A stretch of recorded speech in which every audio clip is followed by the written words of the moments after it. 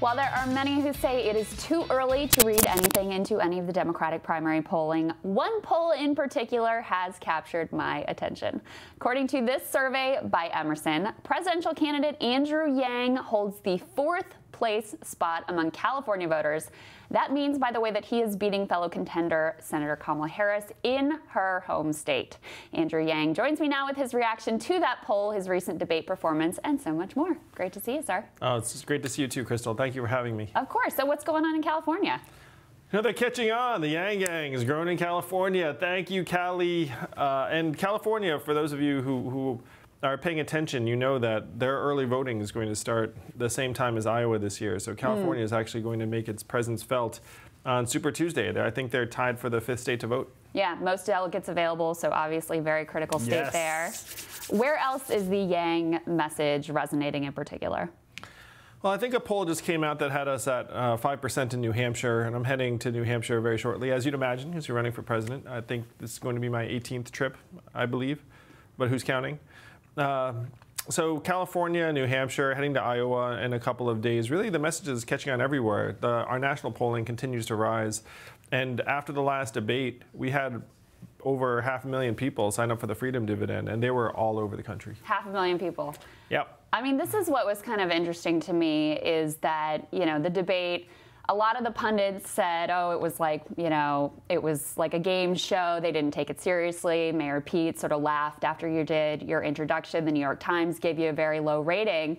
But then what has the public response been? The public response has been tremendous. I mean, if you look at the web traffic on our site, again, 500,000 signups, and we got over 1 million in donations, most of it from new donors in the 72 hours after the debate. Oh, wow. So this... the American people are speaking in the most important way they can, which is with their, right now, with their donations and their signups. Yeah. What do you make of the media coverage of your campaign? I mean, something we've talked a lot about on the show, MSNBC calling you John Yang, right? Leaving your name off Good old of John Yang. That was amazing. I mean, and it wasn't just on the graphic. The anchor said the same thing, right? I mean, you're a top contender. You're one of the few that's making all the debate stages, and yet they still don't seem to take your campaign seriously. What do you attribute that to, and do you see that shifting at all right now? We definitely see it shifting. You know, the performance of our campaign is now indisputable, and so mainstream press, I think they're catching on, just like, frankly, our polling results continue to improve.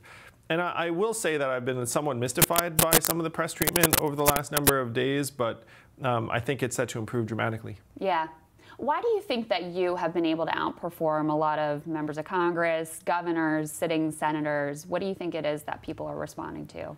Well, I think Americans are very smart, and they recognize the truth when they hear it.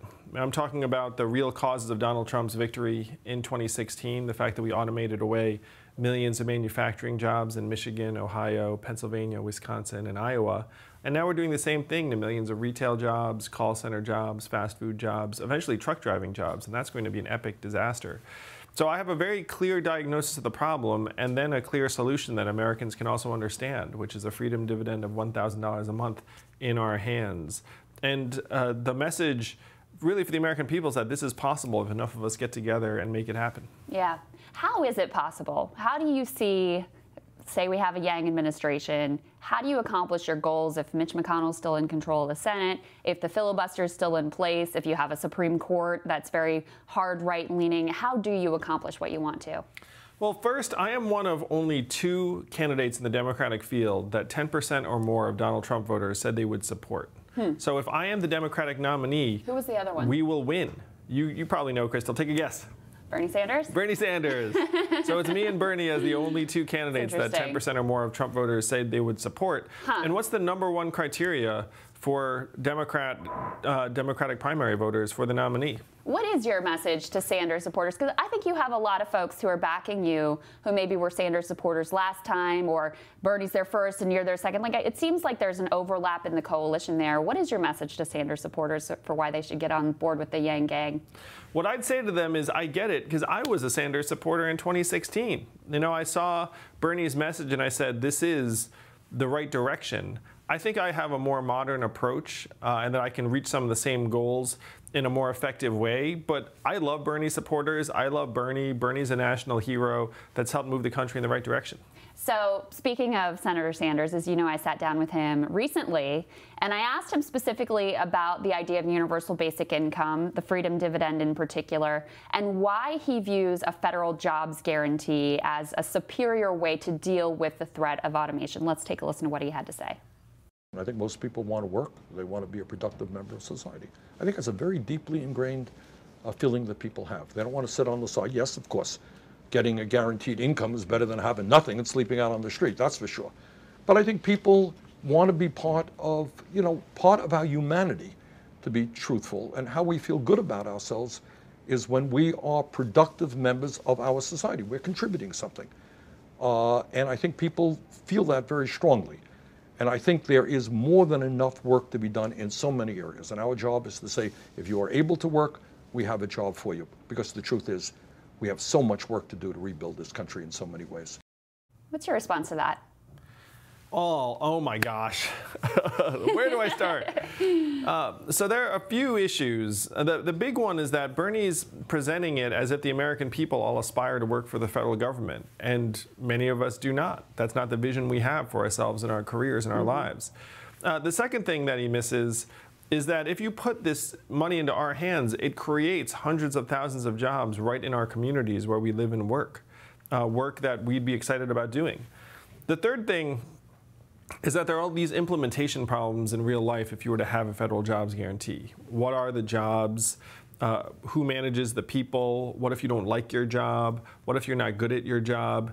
The spirit of it is fantastic, but the implementation would have a whole set of problems. But the biggest issue I have with this idea of a federal jobs guarantee is it ignores the sort of work that my wife does every day, who's at home with our 2 boys, one of whom is autistic.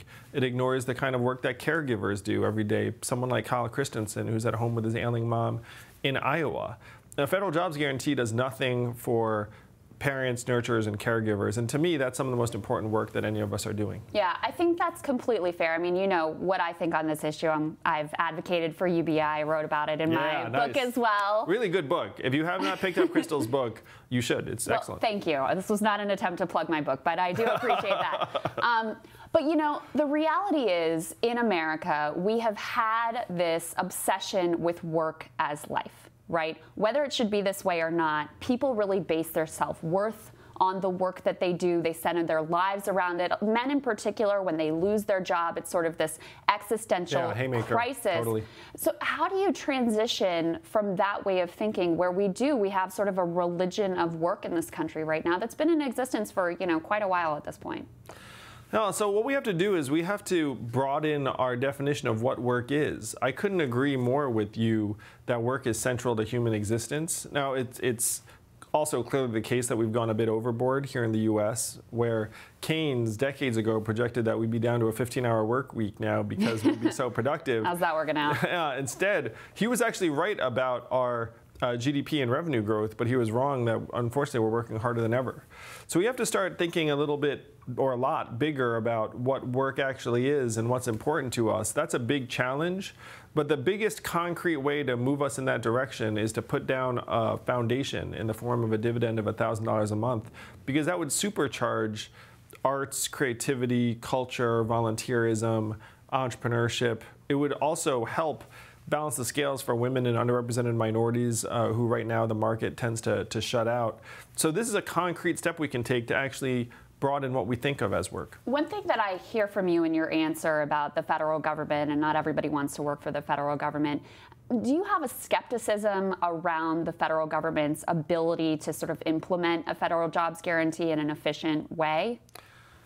I do, in large part because I saw what happened when the government put billions to work in retraining the displaced manufacturing workers in the Midwest, which again, everyone knows is excellent in theory. But when you dig into the reality on the ground, these programs were an abysmal failure for most of those workers. Almost half of the manufacturing workers that lost their jobs never worked again. And of that group, about half filed for disability. And then you saw surges in suicides and drug overdoses in those communities. So we have to be realistic about what our government is able to do and what it's going to promise to do, but then will fail to deliver on. And you talk about funding the freedom dividend, at least in part through a VAT tax. Explain how that would work and how you see that impacting the economy and different classes in the economy. The biggest winners in the 21st century economy are going to be companies like Amazon, Google, Facebook, Uber, and Amazon's the clearest example. Amazon's closing 30% of our stores and malls, sucking up $20 billion in value every year, and paying zero in taxes while doing it. Now, that's not their fault, that's our fault. If we've created a system that's so easy to game that a $1 trillion tech company can pay zero in taxes. So if we give ourselves a tiny slice of every Amazon sale, every Google search, every Facebook ad, then we can pay for a dividend of $1,000 a month, and that's what the value-added tax is designed to do. Every other advanced economy has already figured this out. Why do you prefer the value-added tax over, say, a wealth tax, something like what Elizabeth Warren's proposed?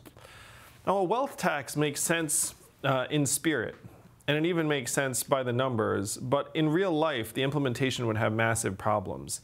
Wealthy people in this country are not the sort of people that are going to submit to an inventory of all their assets on an annual basis and then pay a 2% toll. You would see massive compliance problems, capital flight, and many Americans even looking at it and saying, wait a minute, if I stay here as an American, I'm going to be paying $20, $30, $40 million a year.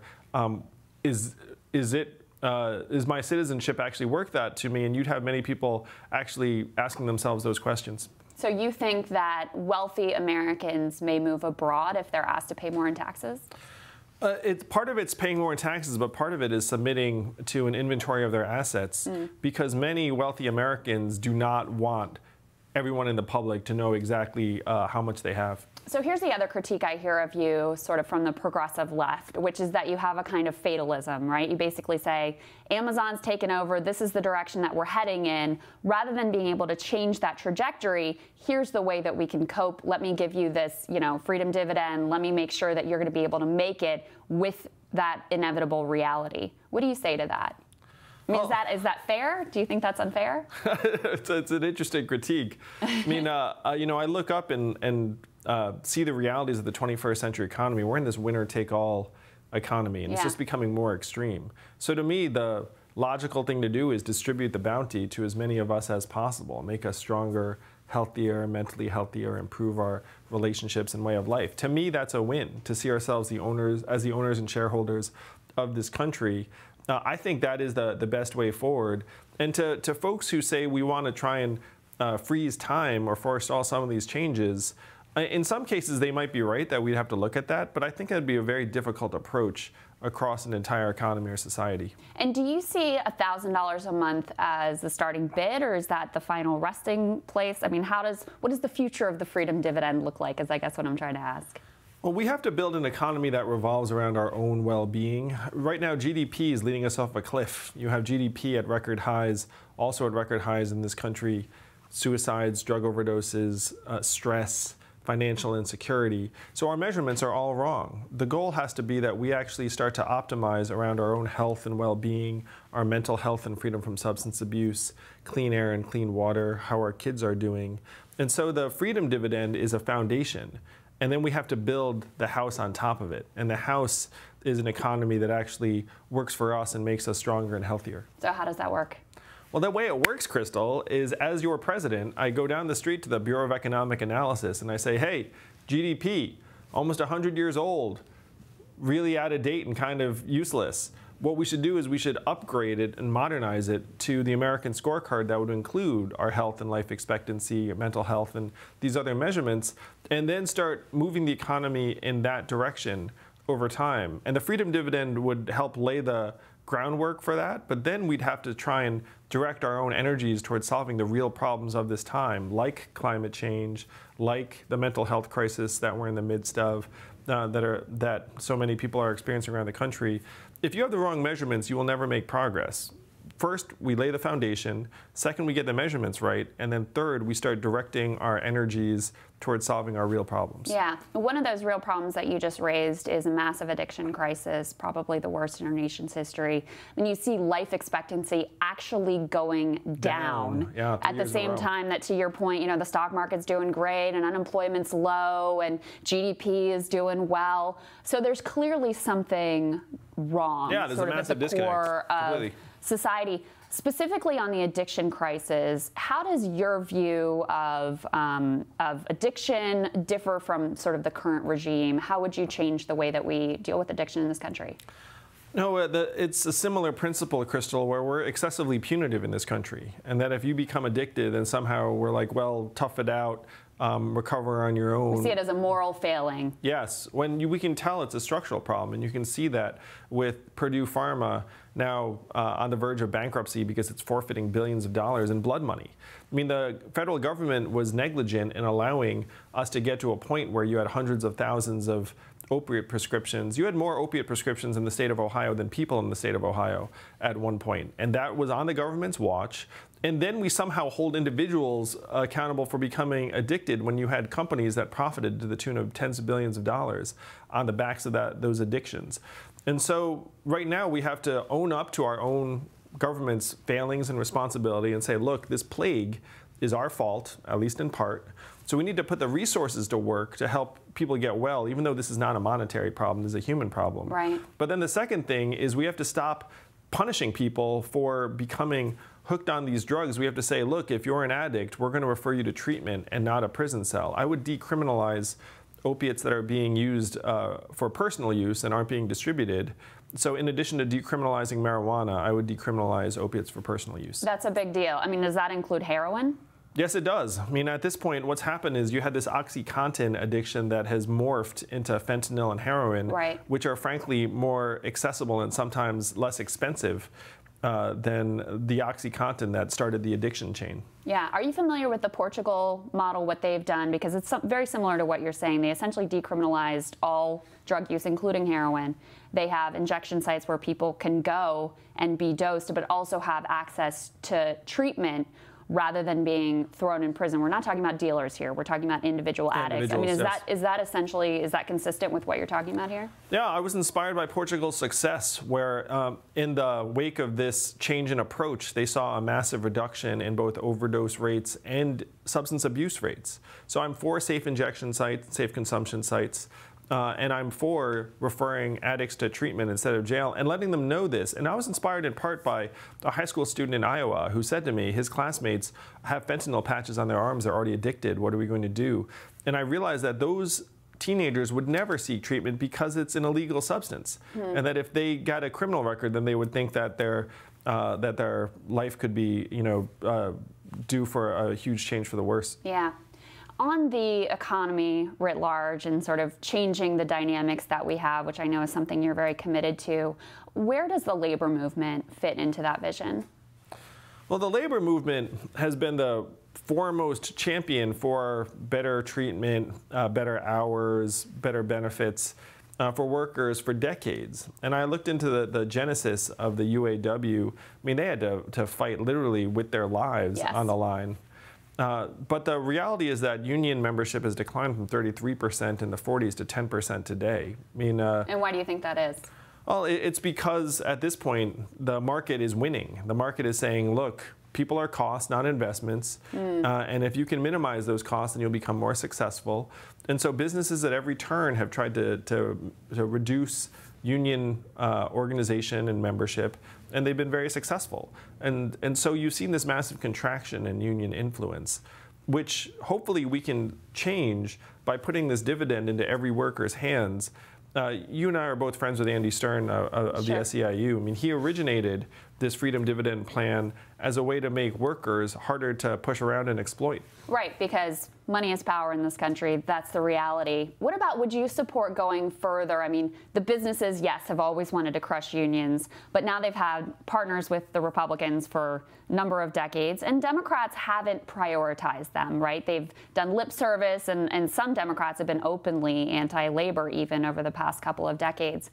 Would you actually put legislation in place, for example, to end right-to-work laws that have been passed in a lot of states in this country?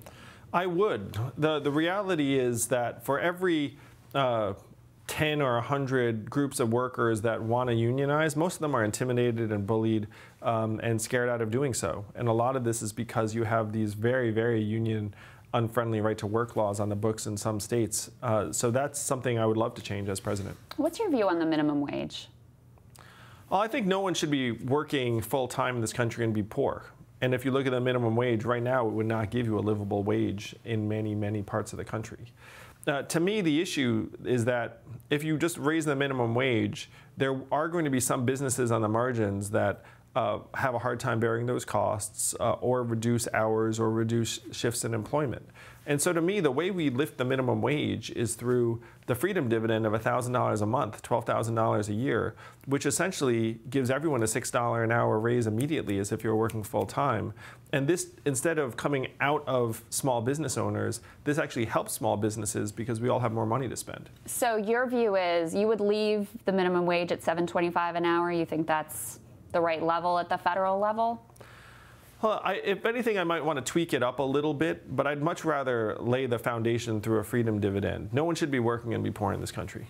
So you created a bit of controversy, as you do sometimes, commenting on Shane Gillis, who was named as an SNL cast member, and then some of his very, objectionable, truly racist comments came out, which you objected to, but also said you didn't think that he should be fired. Just explain your thinking on that a little bit.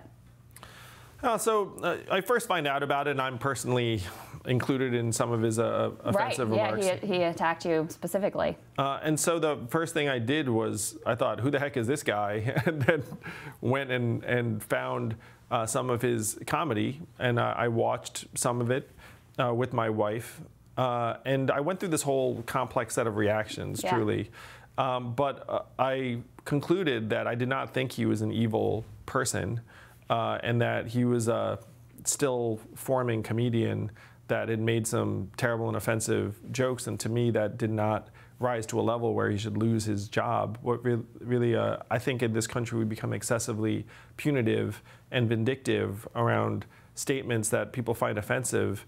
That should not be necessarily a fireable offense, particularly if you're in an entertainment industry, which is something of a gray area of this kind of expression. This is at least where I came down. Yeah. And because I was personally called out as one of the people that he called these epithets, I said, look, I should express my point of view. I thought it could be a teaching moment and be positive if we could make it that. The New York Times ran a story which, cards on the table here, I thought was unfair, that basically quoted one person from the Asian American community saying that she was disappointed in your response. What have you found to be the response specifically from the Asian American community to the way that you handled this moment?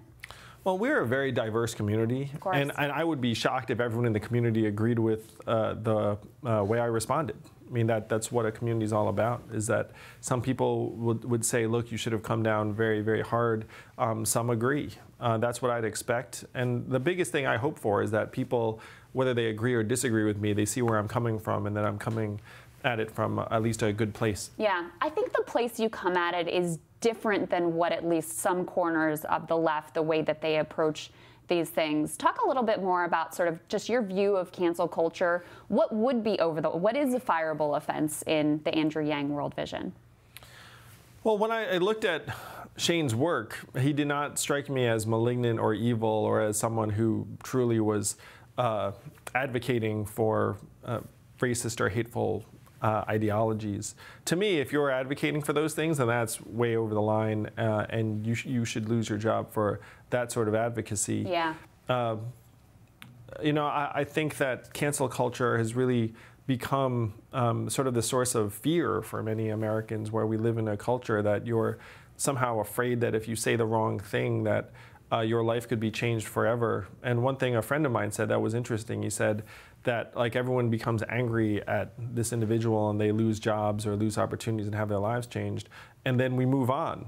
But then their life is still, like that person's life has still been, in some cases, irrevocably altered, even as the rest of us have moved on. Right. And so to me, it's vital that we humanize each other. We humanize the consequences of some of these impulses, not just in terms of who hears the expression, but who is losing a livelihood as a result. Do you think that conversation is relevant at all around Supreme Court Justice Brett Kavanaugh?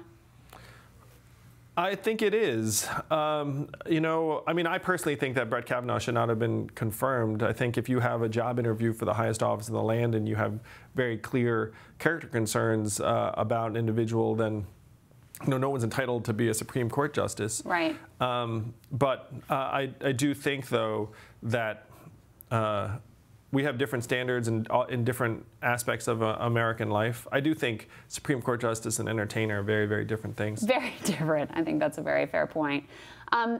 What does an Andrew Yang administration look like? How do you choose who will staff your cabinet? How do you govern in a way that's different from what we've had in the past? Well, I am an outsider to Washington, as I think everyone knows. And in order to get things done here in Washington, I would need a partner or a set of teammates that have more relationships in Washington, D.C., that know who to call when we want to get certain things done. I think we need a combination of outsiders and insiders in the Yang administration to be maximally effective. And so that's the kind of team I would build. And I think one of the things that people appreciate about me is that I'm not tied to ideology, that as long as you share the vision and have the goals in mind and want to be part of the team, then we can work together. Yeah, I think that is part of what people find appealing about you. I think you've been a really big advocate for rural America, not just in your presidential campaign, but also through your work at Venture for America, which is where you and I first met. Would you consider devolving any of the administration from D.C. out to other parts of the country? I 100% would. We have to get some of the agencies out of D.C. to other parts of the country in a very significant way. And just on a practical standpoint, D.C. is very expensive. D.C. has a lot of traffic. If you're going to employ thousands of people in an agency, D.C. might not be the place you would want those employees to be. Meanwhile, the same group of workers in a place like Ohio or Michigan would be a massive pillar of that community. The other function is that it would bring the government closer to the people. Because D.C. is a bubble, D.C. is disconnected from the day-to-day experience of a lot of Americans. And so if you had government agencies that were in other parts of the country, then the government would literally be closer to the people and have a better sense of our experience. Okay, I just have 2 more questions for you. Quick, easy Sure. ones, I think. Great. So President Obama always releases his summer playlist and his summer reading list. We're right at the end of summer, but when you're driving around Iowa, New Hampshire, Nevada, wherever you are, what's on the radio? Well, this is a plug, Krystal, but we actually released our Spotify playlist of what we have going on in the car. It's a lot of 80s. That. I'm glad I asked. But what's the number one for you, though? I'm a big 80s fan, so I like the Smiths and the Cure. Boy George just tweeted something nice about me. I was a big Culture Club guy. That's awesome. But we're about to release a second playlist, and so we're just going to keep the hits going. When is it going to drop? It's going to drop in the next couple of weeks. And how about summer reading lists? I'm sure you've been very busy. I don't know how much time you have had personally to read, but what's on the Andrew Yang must-read list other than my book, which you already very helpfully plugged? Thank you for that. Yes.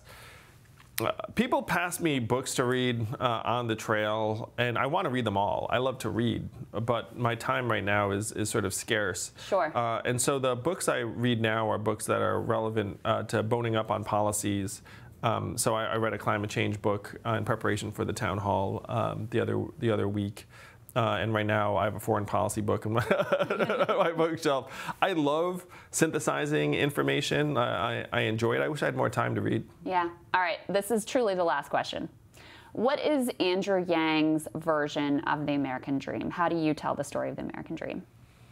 Well, to me, the American dream is very simple, that we think our kids should have better lives than we had, that we're constantly evolving. And unfortunately, that dream is dying by the numbers, where if you were born in the 1940s in the United States, there was a 93% chance you were going to be better off than your parents in terms of socioeconomic mobility and earnings.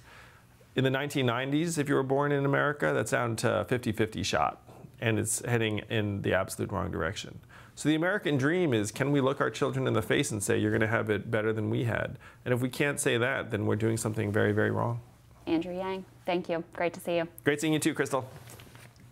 And we'll have more Rising after this.